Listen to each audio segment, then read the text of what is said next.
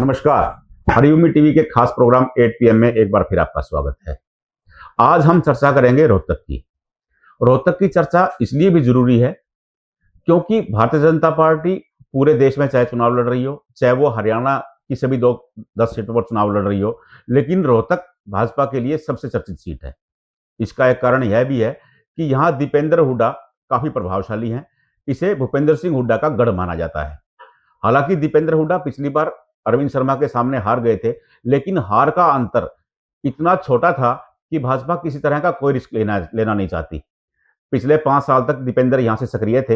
हालांकि जहां कोसली एक विधानसभा क्षेत्र लोकसभा के तहत कोसली भी आता है, कोसली एक ऐसा क्षेत्र था जहां दीपेंद्र को भारी हार का सामना करना पड़ा। वो 74,000 वोटों से अरविंद शर्मा से हार गए थे। लेकिन दीपेंद्र हुड्डा ने पिछले 5 सालों में कोसली की तस्वीर बदलने में काफी काम किया है। जगदीश यादव और पालावास अब दीपेंद्र के पाले में हैं, और यही 2 चेहरे थे जिन्होंने अरविंद शर्मा को वहां बड़ी जीत दिलाई थी। यही कारण है कि भाजपा को दीपेंद्र के सामने उम्मीदवार तलाशने में खासा पसीना बहाना पड़ रहा है। कभी अरविंद शर्मा का नाम आता है तो कभी अरविंद यादव का, कभी बाबा बालकनाथ का नाम आता है तो कभी अभिनेता रणदीप हुड्डा का। इसी सीट पर आज हम चर्चा करेंगे कि रोहतक में क्या होने वाला है और भाजपा किस पर दाव खेलने वाली है।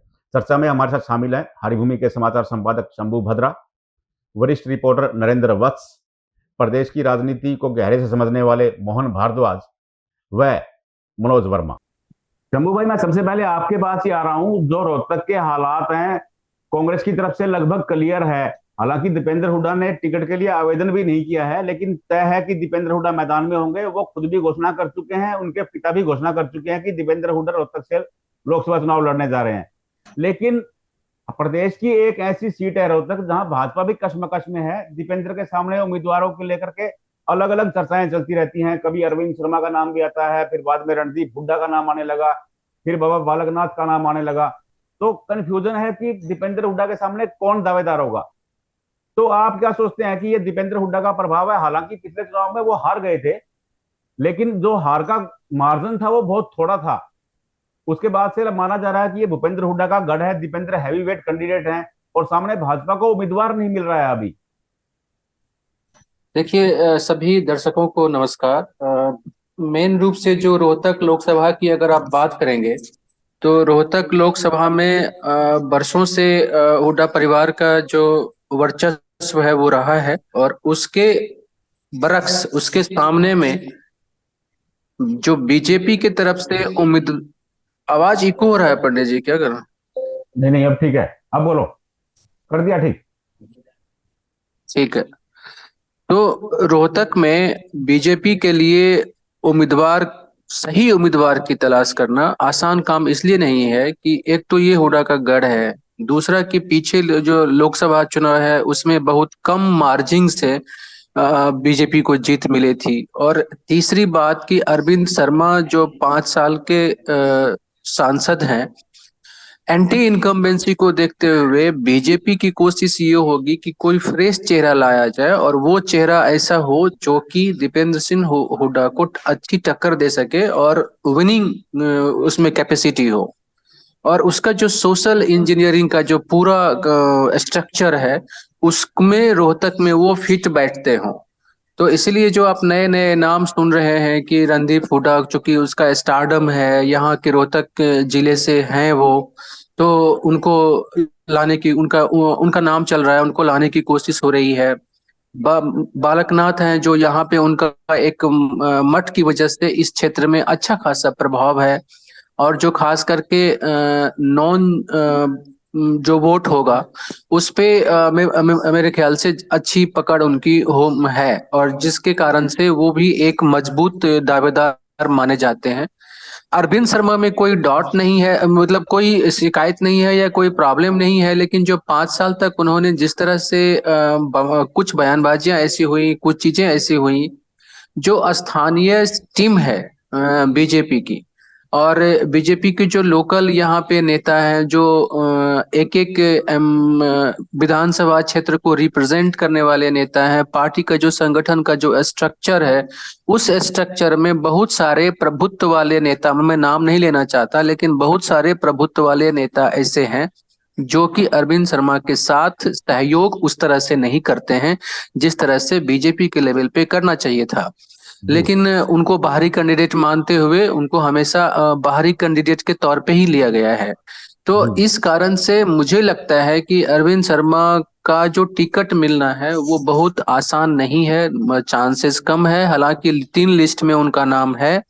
सभी 10 के 10 लोकसभा सीटों से जो 3 नाम गए हैं यहाँ से प्रदेश भाजपा की तरफ से, उसमें सिटिंग एमपी सबका नाम गया हुआ है, तो इसीलिए अरविंद शर्मा का नाम है इसमें। जी लेकिन मुझे लगता है कि बीजेपी फ्रेश कैंडिडेट लेके आएगी यहाँ पे। मोहन भारद्वाज जी, अगर मैं आपसे पूछूं, जैसे शंभू भाई ने कहा कि अभी 5 साल के बाद भी उन पर अरविंद शर्मा से बाहरी का लेवल नहीं हट पाया है, आज भी ये माना जा रहा है कि वो बाहरी कैंडिडेट हैं, तो 5 साल एक आदमी सांसद रहने के बाद भी कभी बाहरी माना जा सकता है? नहीं, देखिए इसमें दो चीजें होती हैं सर। जहां तक बाहरी कैंडिडेट का सवाल है तो इसमें कोई डाउट नहीं है कि अरविंद शर्मा जी रोहतक के नहीं है, रोहतक लोकसभा क्षेत्र के किसी उसमें नहीं माने जाते। जी जी लेकिन एक चीज और माननी पड़ेगी हमें कि जी अरविंद शर्मा कोई अनजान नाम नहीं है प्रदेश की राजनीति में। जी सोनीपत से निर्दलीय चुनाव भी जीता है, करनाल से भी 2 बार सांसद रहे हैं। जी तो ऐसे में बिल्कुल इग्नोर तो नहीं किया जा सकता। तो बाहरी कैंडिडेट वाली बात काफी हद तक सही भी है और नहीं भी है। जी दोनों चीजें हैं इसमें, पूरी तरह इसके ऊपर हावी नहीं हो सकती। हाँ, मनीष ग्रोवर जी के साथ इनके कुछ मतभेद रहे हैं, जी शायद वो आड़े आ जाए। जी जी जी मनोज, एक नाम खासा चर्चाओं में है कल से कि ऐसा भी हो सकता है कि नवीन जयहिंद भाजपा के उम्मीदवार हों। तो ये रूमर कैसे फैलाया नहीं जा रहा है कि नवीन जयहिंद तो किसी पार्टी में नहीं है? आम आदमी पार्टी छोड़ने के बाद वो लगातार ये कहते रहे हैं कि मैं किसी दल में नहीं जाऊंगा, लेकिन जब सर, वो मिलने गए थे तब चर्चाएं शुरू हो गई। ये चर्चाएं चर्चाएं ना टिकट को लेके नहीं है जी। ये जी चर्चाएं हैं उनकी नवीन जयहिंद किसकी तरफ झुकाव करेंगे, जी ऐसे ऐसे चर्चाएं। इनके उम्मीदवार के तौर पे घोषणा, कोई चर्चा नहीं है जिनकी। वो तो जी ये जी है कि जैसे ब्राह्मण, ब्राह्मण तो क्या, ये नवीन जयंत शर्मा तो हो गए, लेकिन ये सभी 36 बिरादरियों के लिए जो आंदोलन करते हैं, उनके काम करवाते हैं, प्रशासन से लड़ते हैं, जी सरकार से लड़ते हैं। हम्म तो हम्म हम्म, इसलिए इनका बस इसी ऐसा नाम चल रहा है कि ये किस उम्मीदवार की तरफ अपना थोड़ा सा झुकाव करेंगे तो वो उम्मीदवार थोड़ा सा ना हम्म। मजबूत हो जाएगा, ऐसे नाम चल रहा है इनका। उम्मीदवार के तौर पे अभी नाम नहीं है जी इनका। जी जी तो आपको क्या लगता है कि कौन हो सकता है? भाजपा तलाश नहीं कर पा रही है, भाजपा को पसीना आ रहा है, तो कौन ऐसा कैंडिडेट है जो दीपेंद्र का मुकाबला करने में सक्षम हो सकता है, भाजपा के लिए सीट निकाल सकता है? भाजपा के पास तो रोहतक लोकसभा सीट से पिछली बार भी कैंडिडेट नहीं था। जी पिछली बार भी ये अरविंद शर्मा को लेके आए हैं। जी वैसे अगर एक बात समझी जाए ना, अगर ग्राउंड लेवल पे देखा जाए, कोई जी चेहरा तो सामने आ नहीं रहा है हाँ इनमें, क्योंकि सीटिंग सीटिंग भी है एमपी। तो अरविंद शर्मा ही कैंडिडेट हो सकते हैं, इसकी पूरी पूरी उम्मीद है। जी जी जी हालांकि टिकट कटने की चर्चाएं हैं, बालकनाथ जी का नाम भी है, सुधा यादव भी है, और भी हाँ कई नाम है। भाजपा के पास कोई ऐसा नया चेहरा भी फिलहाल ऑलराउंडर दिख नहीं रहा है कि किसको लेके आएंगे। तो ये उम्मीद हो सकती है कि अरविंद शर्मा को दोबारा यहाँ से टिकट दे दी जाए। नरेंद्र वत्स जी, आप क्या मानेंगे कि दीपेंद्र हुड्डा को पिछली बार 74,000 वोटों से कोसली, आपके जिले की सीट है कोसली, वहां से बड़ी हार मिली थी, और वही हार उनकी हार का ही कारण बन गई थी, वो लोकसभा सीट गंवा बैठे थे। तो अगर इस बार अरविंद शर्मा और दीपेंद्र ही आमने सामने होते हैं तो कोसली क्या रंग दिखाने वाली है? सर, यहाँ सबसे बड़ा फैक्टर जो है जातिगत है। जी कोसली में आके मुकाबला जाट और नॉन जाट का बन जाता है। जी अरविंद शर्मा को भारी मतों से यहाँ से जीत मिलने का सबसे बड़ा कारण यह था कि वो नॉन जाट थे। जी इससे पहले 2014 में ओम प्रकाश धनखड़ खड़े हुए थे दीपेंद्र के मुकाबले में, तो जी उनको जो है इतनी वोट नहीं मिली थी जितनी अरविंद शर्मा को मिली। जी तो अरविंद शर्मा को वोट मिलने का कारण सीधा एक तो मोदी लहर था, दूसरा जाट और नॉन जाट में मुकाबला बना तो कोसली ने एक मुश्त जो है नॉन जाट को चुना। जी इस बार जरूरी नहीं है, हो सकता है अरविंद शर्मा को एक बार और मौका दिया जाए, जी लेकिन पलड़ा जो है दीपेंद्र हुड्डा का भारी नजर आ रहा है। दूसरे सुनने में ये भी आ रहा है कि दीपेंद्र के मुकाबले बीजेपी वसली, जी मैं आपसे केवल कोसली सीट के बारे में बता रहा हूं कि कोसली सीट में भारी नजर आ रहा है दीपेंद्र, या पूरी हाँ जी हाँ जी सीट की बात कर रहे हैं रोहतक जी लोकसभा? जी कोचली में दीपेंद्र का पलड़ा भारी है इस बार, जी क्योंकि सबसे बड़ा फैक्टर ये है कि जगदीश यादव का बीजेपी छोड़ के कांग्रेस में जाना। जगदीश यादव एक ऐसे नेता हैं जो भले ही कई बार चुनाव हार चुके, लेकिन उनका अपना परमानेंट वोट बैंक है, जहां जगदीश यादव वहां उनके समर्थक। जी तो यही कारण है कि जगदीश यादव का उधर जाना दीपेंद्र हुड्डा के लिए फायदे का सौदा रहा है। जी जी शंभू भाई, मैं आपसे समझना चाहूंगा कि क्या ऐसा होता है कि क्योंकि पिछली बार हमने देखा था किलोई दीपेंद्र हुड्डा की तरफ था, लेकिन इस बार किलोई की तस्वीर बदली बदली है। अगर कृष्णमूर्ति हुड्डा देखेंगे, सतीश नांदल उनके पाले में है, कृष्णमूर्ति हुड्डा उनके पाले में है, बहुत सारे जो दीपेंद्र के खास लोग थे उनको कांग्रेस भाजपा ने तोड़ लिया है, कांग्रेस छोड़ चुके हैं वो। तो ये उसका नुकसान दीपेंद्र को किलोई में हो सकता है।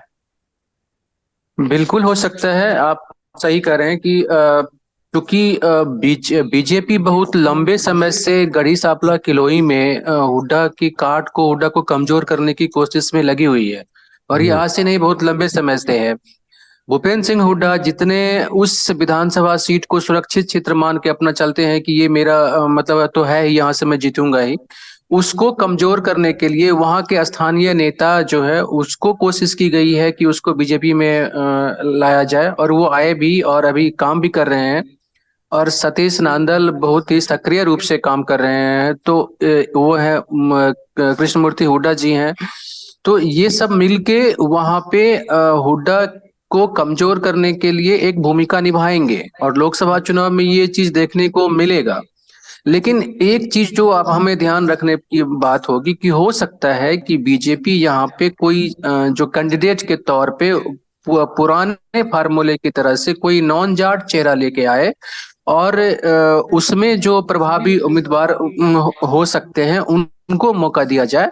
और उस हिसाब से देखेंगे तो अरविंद शर्मा और बालकनाथ, इन दोनों का नाम प्रायोरिटी पे रहेगा अगर बीजेपी उस फार्मूले के तहत अपना कैंडिडेट तय करती है। जैसे ही जाट चेहरा लेके बीजेपी आएगी, तो जो बीजेपी चाहती है विनिंग जो कंडीशन है वो चीजें फिर उस तरह से नहीं होगी कि क्योंकि ऑलरेडी यहाँ का जो समीकरण है, जो इक्वेशन है जो वोट बैंक का, उस इक्वेशन में बीजेपी को सूट करेगा नॉन जाट चेहरा।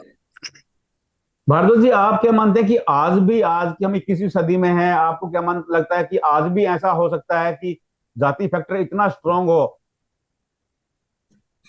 सर, जहां तक हरियाणा में चुनाव की बात है, तो हरियाणा में 2016 में जो जाट आरक्षण आंदोलन हुआ था, उसके बाद से इलेक्शन पूरी तरह से जाति आधारित ही रहेगा।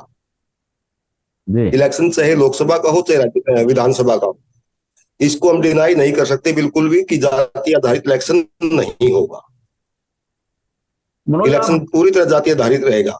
मनोज, मैं आपसे जब लास्ट बार इसमें ये मनोज, मैं जब आपसे जी आखिरी बार चर्चा कर रहा था तो आपने कहा था कि बालकनाथ इंटरेस्टेड नहीं है, उनकी रुचि नहीं है रोहतक में चुनाव लड़ने की। तो अब नाम लेकिन बाबा बालकनाथ का बार बार आ रहा है। सर, जो हमारी पिछली पिछली बार बात हुई थी वो ये हुई थी कि उसमें ना रुचि की बात नहीं थी। उसमें इंटरेस्टिंग ये था कि बालकनाथ जी चाहेंगे नहीं जी कि वो दीपेंद्र के सामने चुनाव लड़े, क्योंकि जो उनकी गद्दी है, उनका ना मान सम्मान है यहाँ पे। वो पिछली बार भी मैंने बताया था, तिजारा सीट पे ये उनके विरोध में प्रचार करने नहीं गए थे भूपेंद्र सिंह हुड्डा का पूरा परिवार। इसलिए थोड़ा सा ये है कि बालकनाथ जी दिल से नहीं चाहेंगे कि मैं यहाँ से चुनाव लड़ूं, लेकिन अगर पार्टी बोल देती है तो फिर उनकी वो मजबूरी हो जाएगी, वहां की सीट छोड़ के यहाँ चुनाव लड़ना पड़ेगा उनको। ये था बालकनाथ जी का रोल, इतना ही। देखिए, इसमें मैं जोड़ना चाहूंगा जी जी मैं जरूर। इसमें जोड़ना चाहूंगा कि देखिए, विनिंग के हिसाब से देखेंगे तो बालकनाथ को जो राजस्थान की सीट है, अलवर सीट है, जहां से वो जीतते आए हैं, चंद्रनाथ के समय से बीजेपी वहां जीतते आई है, जी तो वो जगह उनको ज्यादा सेफ लगती है। और रोहतक में चूंकि स्थानीय नेता हैं और मठ चलाते हैं, तो इसीलिए राजनीतिक अलवर में भूपेंद्र यादव को भाजपा उतार चुकी है ऑलरेडी। जो अलवर सीट है हाँ हाँ समझ गया समझ गया। तो उम्मीदवार घोषित किए जा चुके हैं। तो मैं नरेंद्र हाँ तो मोदी इस आपके पास आकर के समाप्त करना चाह रहा हूं। तो आपको क्या लगता है कि बाबा बालकनाथ या अरविंद शर्मा, तो कौन हैवी वेट हो सकता है कौशली के लिहाज से? बाबा बालकनाथ जो है वो हैवी वेट हो सकते हैं। उनको छोड़ के किसी और अहीर नेता को भी बीजेपी मौका दे सकती है।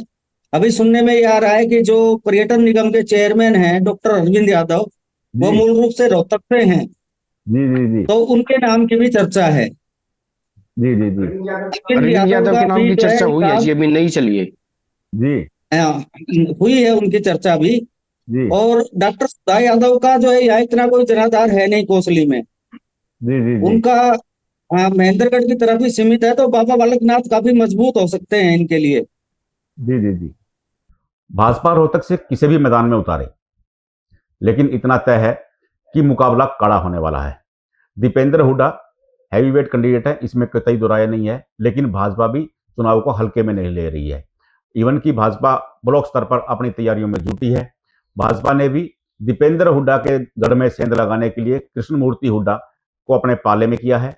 सतीश नांदल पहले से ही उनके पाले में है, और अन्य कई छोटे छोटे नेता हैं जो अब भाजपा के पाले में खड़े हैं।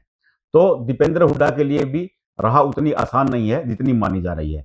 हाँ, रोचक तब होगा चुनाव जब भाजपा का चेहरा सामने आ जाएगा। भाजपा किसे उतारेगी, यह देखना काफी इंटरेस्टिंग रहेगा। धन्यवाद।